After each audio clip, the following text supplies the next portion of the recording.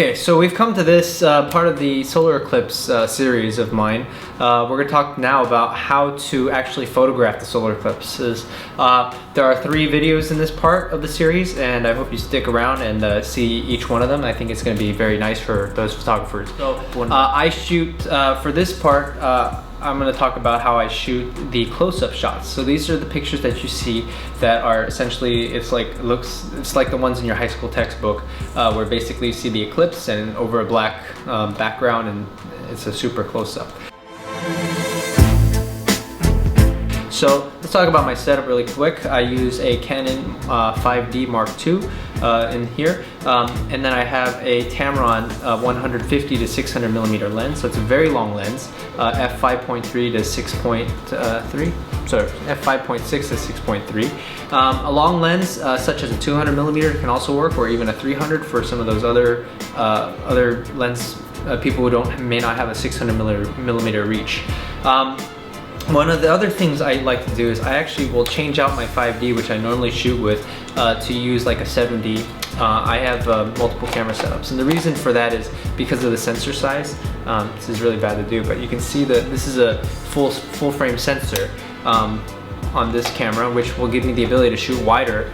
But if you're shooting the sun and you want to get it a little tighter, then having a full frame sensor won't give you that. But you could still crop it in Photoshop if you want to. But anyways, let's talk about the other parts. I use a Manfrotto head here. It's a video head, and it's very smooth when it's moving, and you're going to want that when you're shooting close up on the eclipse. There's other types of mounts that you're going to be using. For me, I'm going to be using the Star Adventure from Skywatcher, and that's an equatorial mount. I don't have it with me right now because I'm not in America and I had it shipped to my parents' home in Hawaii.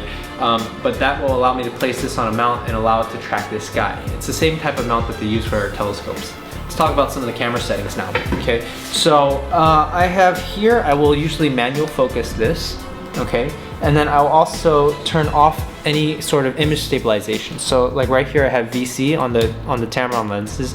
Canons, you're gonna have what they call IS, image stabilizing. Nikon, Sigma lenses, the other lenses will also have ability for stabilization, so you're gonna want to turn that off. The reason is when you're on tripod, it will actually cause a little bounce on the image as it does it, because it's actually trying to stabilize a still image, as crazy as it sounds, on this kind of lens, so you want to turn those off. On the camera, I have different exposure settings.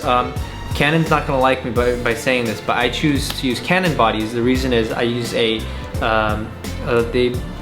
did a jailbreak on it many years ago called Magic Lantern, and it allows me on this to actually go through the menu system and actually give it a little bit of a kick. So I have each shooting intervalometers and also for the bracketing. So I shoot multiple exposures using this camera, and I'll talk about that in a sec. So that's essentially the setup that I use. I also, just to add a little bit further, I'll use my iPhone on the day of the eclipse to help angle or whatnot. If I need to get an angle, I'll use a level app, such as this handy level. And then using this, I'll be able to, as it loads up, yeah, it's a free app. And you can actually see as I level up, there's a degree part there, and that's if I need to get more precise measurements.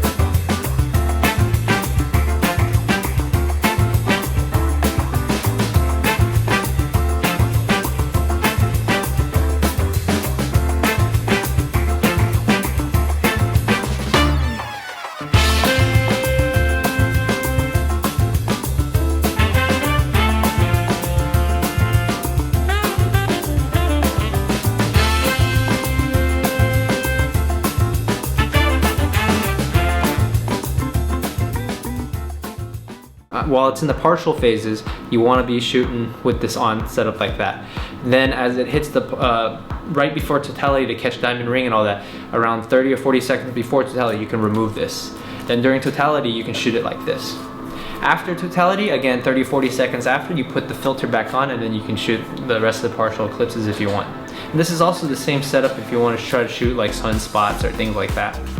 Yeah, and so exposure settings and whatnot, I will give you guys a cheat sheet. It's in the link below, and it's also basically I have it set to wide open 6.3 on this lens especially, and it's at 60.